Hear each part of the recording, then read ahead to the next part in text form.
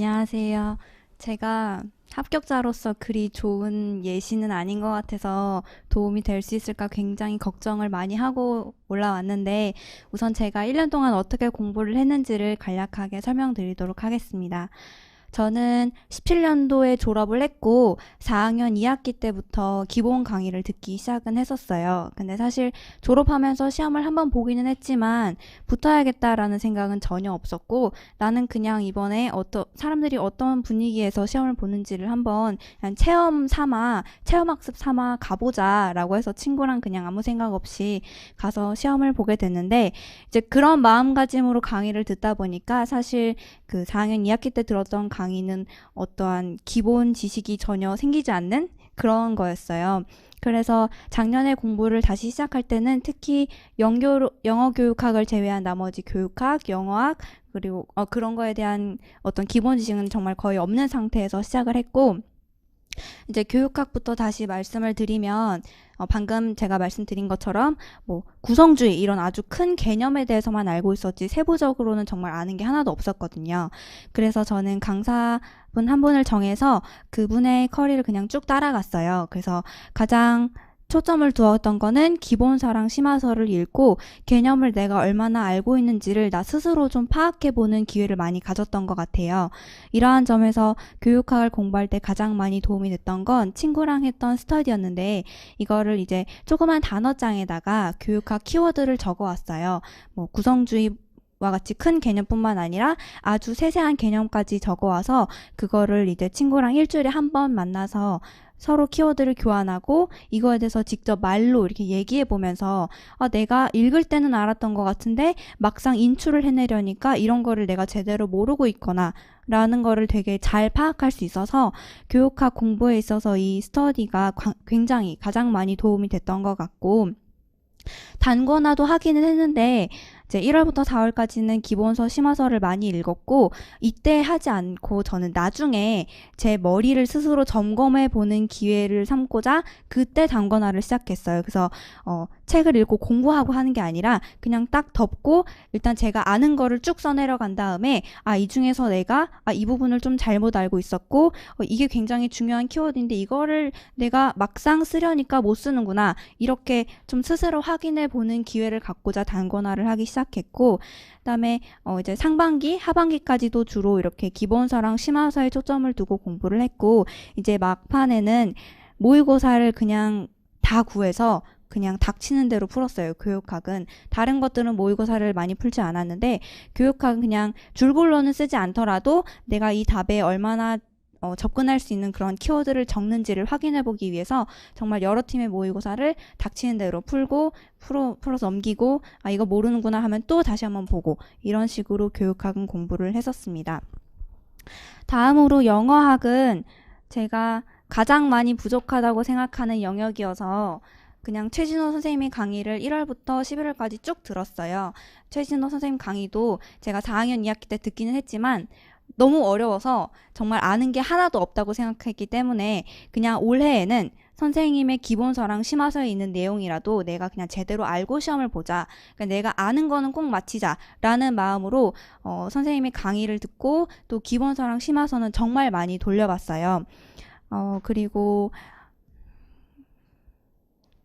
기출이랑 모의고사를 많이 풀었는데 다들 아시겠지만 기출문제가 굉장히 중요하잖아요. 그래서 기출문제를 풀기 시작한 이후에는 스스로 개념 정리도 해보고 또 그거를 되게 반복해서 풀고 그 다음에 이제 모의고사를 푸는 동안에는 선생님이 직접 첨삭도 해주셨기 때문에 이제 막판에 가서는 그동안 풀었던 기출문제랑 또 그동안 풀었던 최진호 선생님의 모의고사를 복습하면서 영어학은 그렇게 정리를 했던 것 같아요.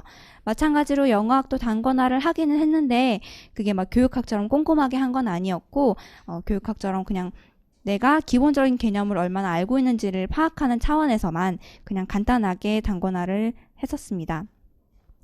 그리고 영어 교육학은 4학년 2학기 때 들었던 게 어느 정도 바탕이 되어 있었어요. 그때 영어 교육학이 굉장히 재밌었고 그것만 거의 초점을 두고 공부를 했었기 때문에 기입형, 서술형도 어느 정도 그냥 작성할 수 있는 상태? 그러한 상태에서 작년에 공부를 다시 시작했기 때문에 1월부터 4월까지 기본 강의를 다시 듣지는 않았어요. 그냥 그동안 제가 기본서랑 심화서를 다시 읽지는 않고 이때도 친구랑 스터디를 활용해서 그 키워드를 단어장에 적고 그걸 이제 보여주면 서로 설명하는 방식으로 그냥 굳이 문제를 푼다기보다는 기존에 알고 있던 개념을 내가 까먹지 않고 이 4개월 동안 그냥 까먹지 않고 기억만 하겠다라는 의도에서 그냥 이런 스터디를 진행했었고 이후에는 기출문제, 그다음에 모의고사 문제 풀었는데 기출문제는 정말 많이 돌려봤고 영어 교육론에서 제가 가장 중요하게 생각했던 건 답안을 작성하는 거였는데 이게 같은 답을 쓰고 또 같은 내용을 말하고 있다고 할지라도 답안을 얼마나 키워드가 들어가게 그리고 얼마나 깔끔하게 채점하시는 분들이 봤을 때 이게 얼마나 정말 딱 맞고 깔끔한 답안인지 그거에 되게 초점을 두는 게 중요하다고 생각을 했어요. 그래서 저는 물론 기출문제를 분석해서 옆에 관련된 키워드를 적는 것도 여러 번 했지만 똑같은 문제를 이렇게도 써보고 저렇게도 써보면서 내가 시험에 이런 문제가 나왔을 때는 이러한 방식으로 답안을 쓰는 게 더 점수를 잘 얻을 수 있겠구나, 더 빠른 시간 내에 답안을 작성할 수 있겠구나, 이런 걸 좀 파악하려고 답안을 굉장히 많이 작성해 봤습니다. 이때 이제 최시원 선생님이 모의고사를 풀고 이제 첨삭을 해주시잖아요. 이때 이제 어느 방향으로 어떤 방향으로 답안을 작성하면 좋을지, 뭐 이러한 방향에서는 조금 틀린 것 같다, 이때는 이러한 키워드가 들어가면 좋을 것 같다라고 자세하게 첨삭을 해주셔서 이제 그 부분을 참고해서 답안을 작성하는 요령을 많이 연습했던 것 같습니다. 마지막으로 일반 영어랑 문학은 제가 가장 많이 시간을 투자하지 못했던 영역인데 저는 아까 김사 선생님 말씀하셨던 논리력도 없었고 그다음에 문학에 대한 어떤 기본 지식도 거의 없는 상태였어요. 그래서 그냥 상반기에는 친구랑 책 한 권을 정해서 해석하는 연습을 했고 그다음에 뭐 영자신문 써머리를 하는 그런 연습도 하긴 했는데 사실 그게 도움이 되었는지는 지금 생각해보면 잘 모르겠어요. 기사도 이제 써머리를 작성하기에 좀 적합한 기사가 있고 그렇지 않은 기사가 있잖아요. 근데 저랑 제 친구는 이러한 연습을 처음 해보는 거고 아무것도 몰랐기 때문에 그냥 뭣도 모르고 그냥 앞에 보이는 기사만 했어요. 그래서 이렇기 때문에 딱히 써머리 하는데 그렇게 도움이 되지는 않았던 것 같고 이제 다만 나중에 김사호 선생님이 주시는 문제랑 보충 자료가 되게 많이 도움이 됐었는데 기출문제도 일령하고 문학은 영어학이랑 연교론 그리고 교육학에 초점을 두다 보니까 상대적으로 많이 공부를 하진 못했거든요. 근데 이때 이제 김선 선생님이 주시는 모의고사 문제도 풀고 보충 자료에 보면 이게 기출문제랑 비교했을 때 어떠한 분야에 해당이 되고 이게 기출문제랑 어떻게 연관이 되는지를 다 자료를 주셨거든요. 그래서 굳이 하반기에는 다른 공부를 하지 않고 그러니까 다른 자료를 이용해서 공부를 하지는 않고 선생님이 주시는 자료만이라도 내가 열심히 해보자. 이때만이라도 그냥 일령하고 문학을 해보자 라고 해서 조금 꾸준히 하려고 노력을 했던 것 같아요. 1년 동안 1차 공부는 이렇게 했고 이제 2차는 정말 제가 1차가 붙을 줄 모르고 내년을 위해서라도 한번 들어보자 라는 마음으로 친구랑 무작정 최시원 선생님이 강의를 등록을 했었어요. 그래서 그냥 그때는 제가 인강으로만 뵙던 선생님들이 앞에 계시니까 너무 연예인 보는 것 같고 너무 신기해서 그냥 선생님들 뵙는 재미로 다녔던 것 같아요. 아무 생각 없이 그냥 강의는 그냥 재밌게 듣고 했는데 이게 이제 덜컥 붙어버리니까 저는 2차 준비도 처음이었고 했는데 선생님께서 스터디를 꾸려주셔가지고 주말 빼고는 거의 맨날 여기 학원에서 만나서 연습을 했거든요. 그리고 최시원 선생님께서도 매번 거의 하루 종일 시간을 내셔서 피드백 자세하게 주시고 나중에 집단 토의할 때는 김성 선생님께서도 피드백 주셔서 되게 학원에서 체계적으로 도움을 많이 주셔서 그게 제가 2차에서 조금이나마 뒤집을 수 있었던 그런 요인이었던 것 같아요.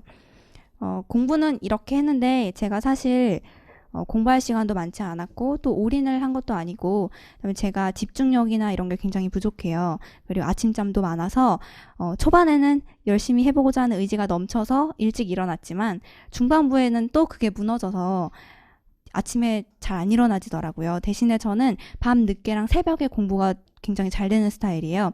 그래서 그냥 나는 나 잘 될 때라도 먼저 해보자 라고 해서 그냥 잘 되는 밤 늦게랑 새벽까지 그냥 공부를 하고 아침에는 조금 늦게 일어났어요. 오히려 저는 그게 되게 도움이 되었던 것 같은 게 아침에 어차피 일찍 일어나서 해봤자 저는 집중이 잘 안 됐거든요. 저는 다른 뭐 공스타그램 올리시는 분들 보면 10시간, 12시간 이렇게 공부하시는데 저는 절대 그렇게 공부를 할 수 없는 그런 생활을 하고 있었어요. 그래서 보면서 아, 저분들은 저렇게나 공부를 하는데 나는 이것밖에 안 해서 나는 어떻게 합격을 하나라고 해서 되게 불안할 때도 많았지만 10시간 앉아있다고 10시간 다 집중하는 거 아니잖아요. 그래서 저는 스스로 합리화를 하면서 그래, 나는 앉아있는 시간만이라도 열심히 하자라고 해서 공부를 하는 그 시간만큼은 되게 집중하려고 했던 것 같아요. 그리고 최대한 스트레스를 받지 않으면서 공부하려고 했고, 영어학 뭐 이런 거에 대해서는 정말 몰랐다가 이제 서서히 알아가는 거잖아요. 제가 옛날에는 맞히지 못했던 모의고사 문제를 맞히는 걸 보면서 그게 굉장히 재밌었고, 그래서 공부를 되게 집중할 수 있는 시간에 딱 집중해서 재밌게 했었던 것 같아요.